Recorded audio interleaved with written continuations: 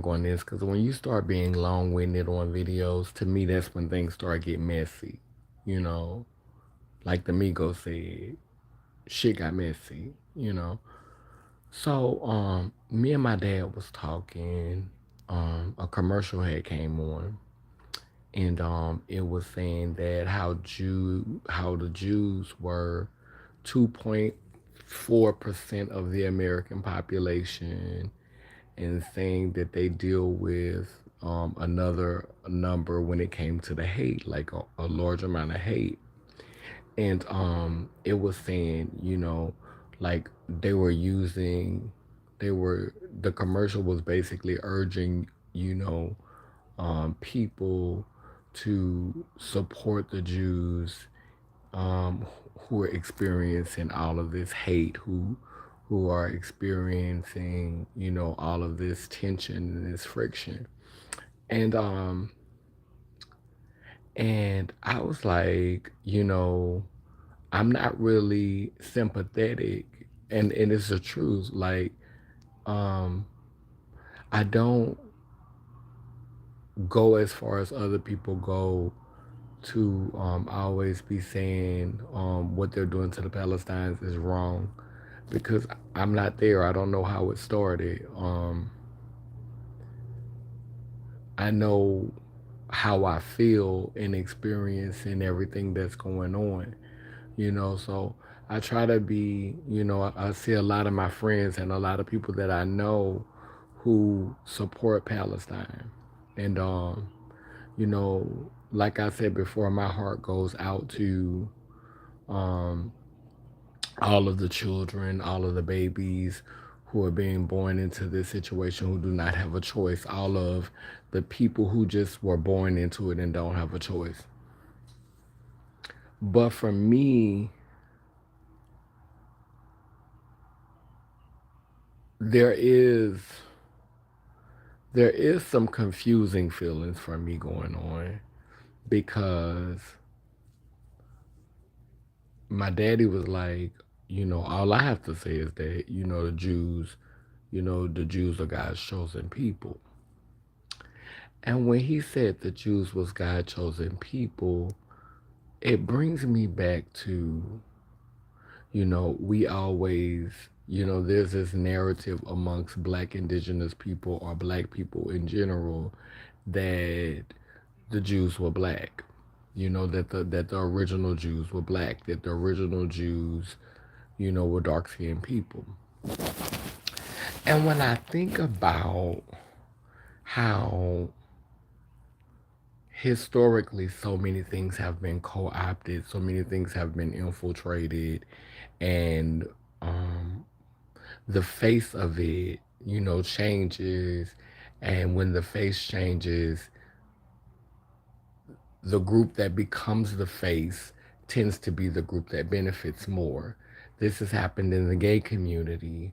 A lot of the suffering was experienced by trans feminine beings, beings who blurred the gender lines, beings who had never had a closet to hide in. They went through the suffering, um, but then, you know, heterosexual looking gay people was the ones who reaped all the benefits. You know, um, to this day, a lot more um, black people, black women are dying from AIDS and HIV, but who reaped all of the benefits? Who got them big old checks? Who got first dibs when that money started coming out? And so, historically, there's been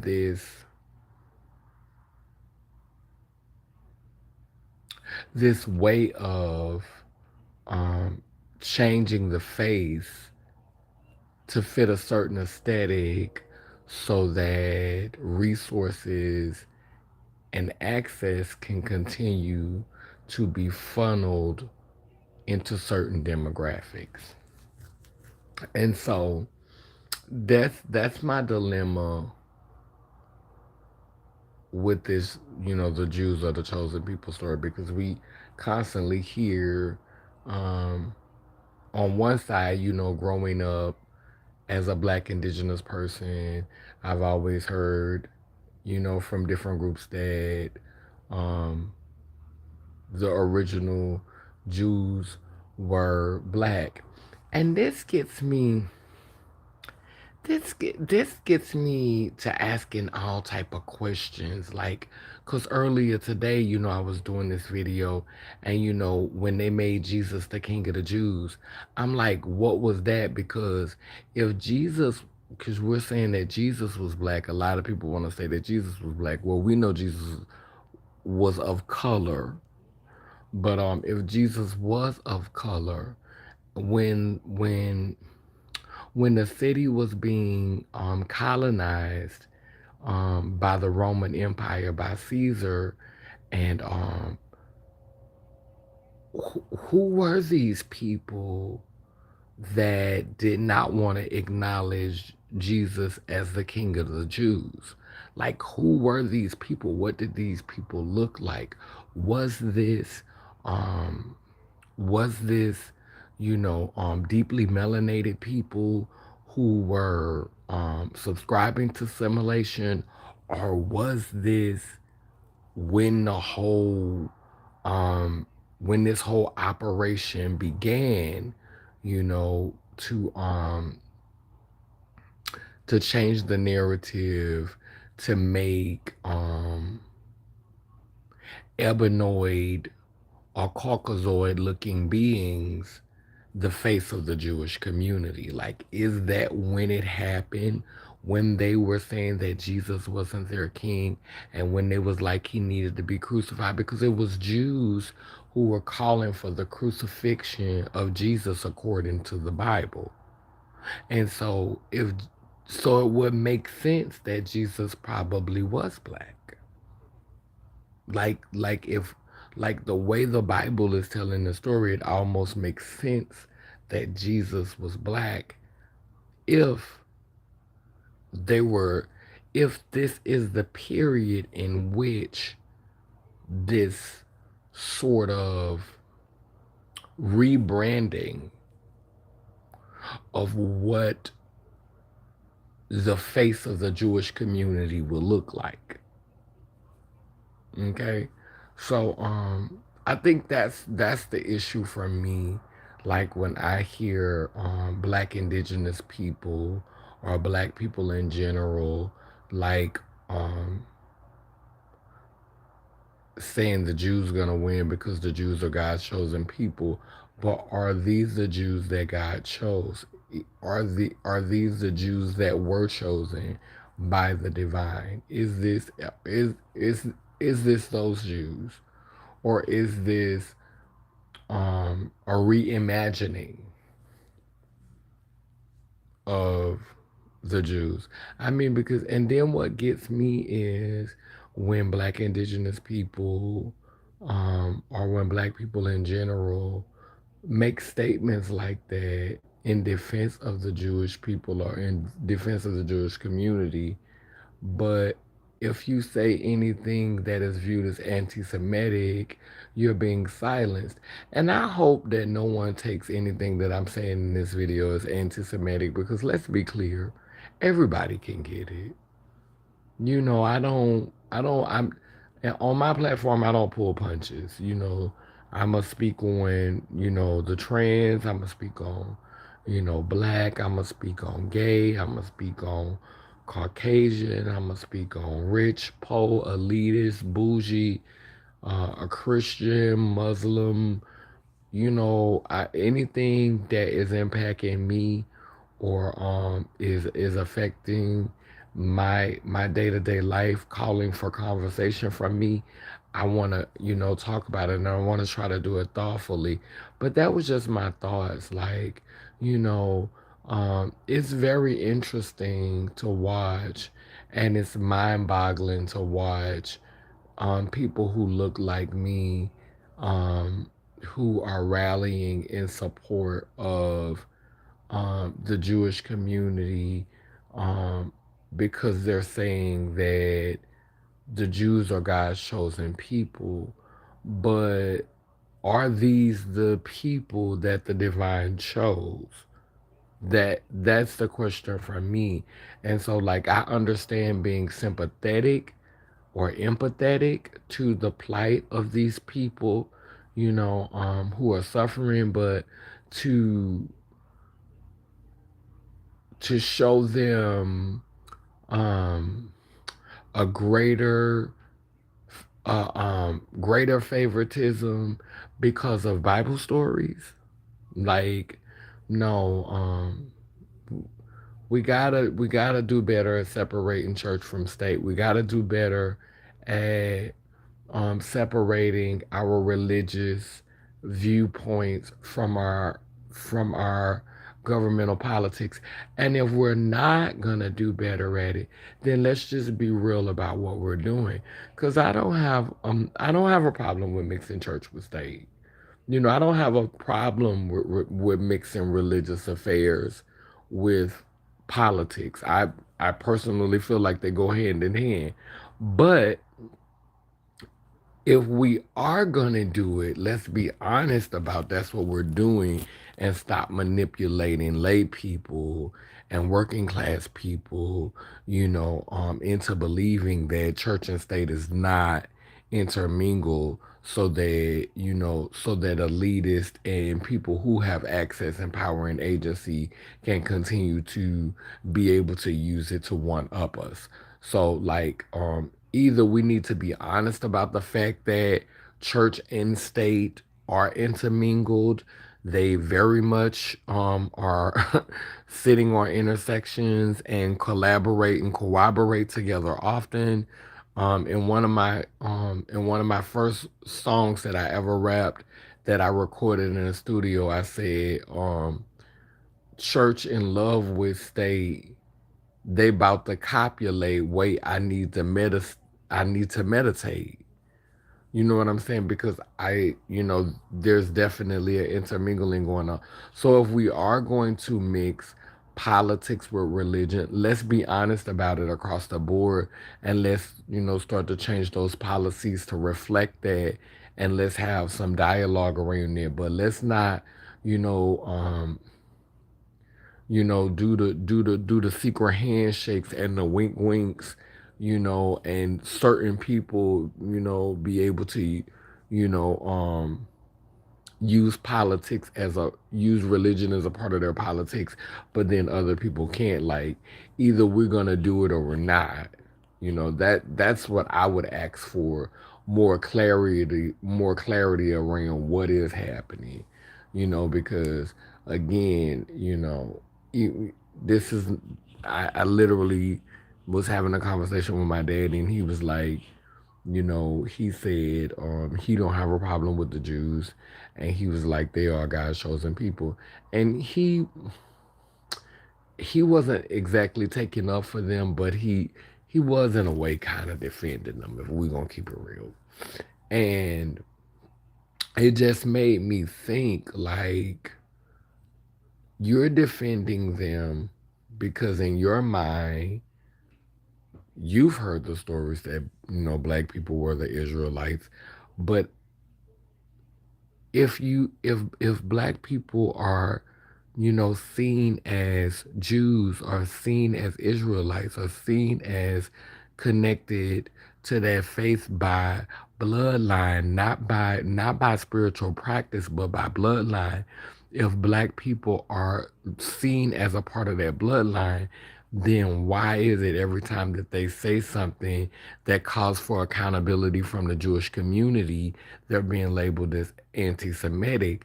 So if you can't hold Jewish people accountable because you are no longer associated with them, you have your and I think that's intentional. I think that's another intentional reason why black people have been labeled African American. I think that's another attempt so that we could go with this whole transatlantic narrative, and remove this idea that some of us had the agency to travel on our own, to distant lands, to explore different lands like Christopher Columbus did. Like none of our ancestors had that type of agency. We was running around with loincloths and chunking spears and living in tents and dancing around fires. And that was pretty much the only kind of agency we had in these people's mind. It was like we wasn't making moves on our own and exploring new and different lands. And but somehow we've managed to get erased out of a lot of history that's making these pieces come together, because I would love to have a scholar, I'm still gonna need, like intuitively, some things will have to be figured out for myself, but I'm very interested to know um what what did what did that community look like that Caesar had Pilate running for him.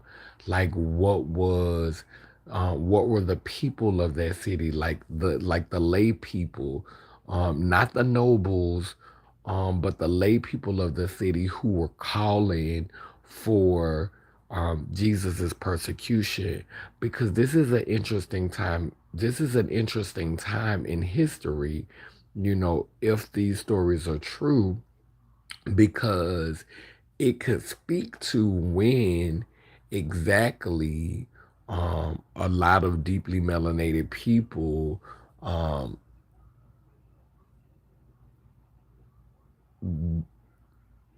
just decided to abandon what was going on over there and begin to support colonization. And then on the other side of that, it could speak to a time in history when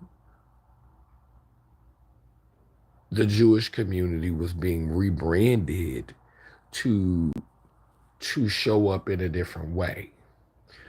As I talked about, this has happened in the gay community, this has happened in the HIV community, this has happened in the Black community, you know, um, imaging, putting a certain face on it, and whoever you make the face typically is the one who is capable of getting the most benefits, because they say the name you know, the name you trust, the face you know, face you trust.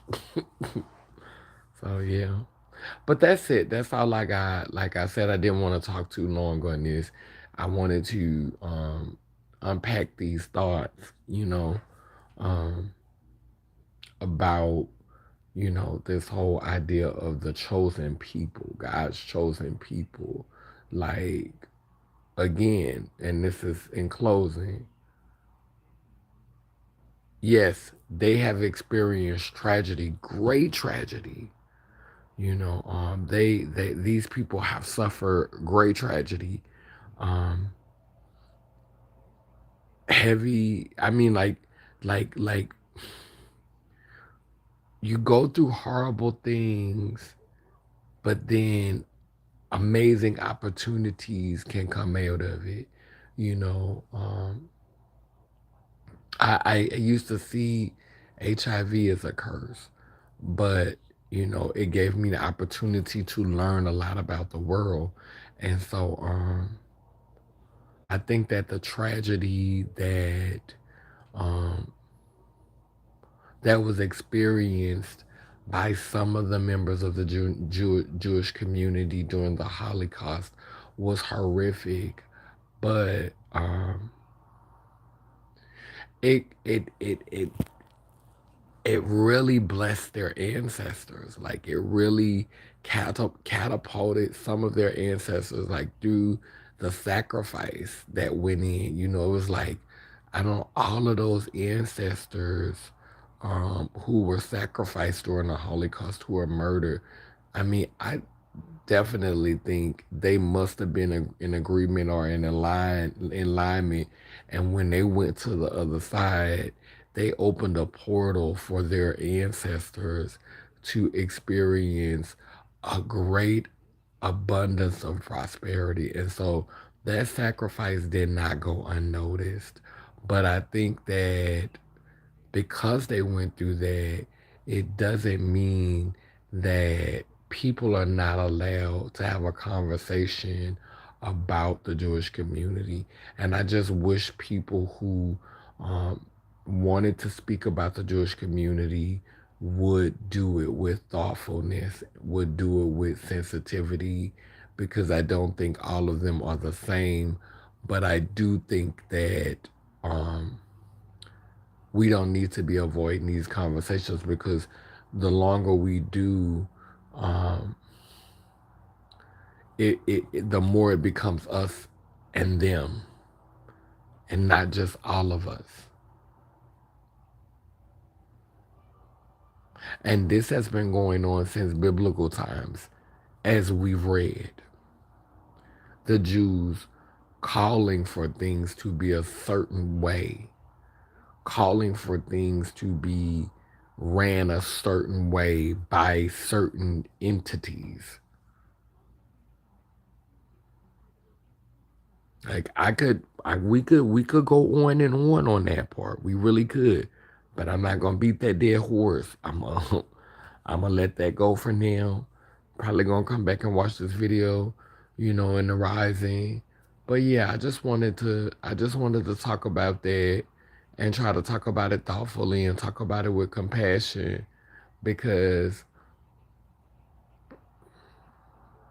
like I said with everything else, um, don't piss down my back and tell me it's sweet tea. Like, let's call it what it is. Um, yeah. Anyway, I love y'all. Down but now that I say cool, it keeps spinning and turning. Ian Gani, Ianko Kalukalo, which means I'm a child of God Goddess. And if I am, you know you are. Have a beautiful evening. Good night.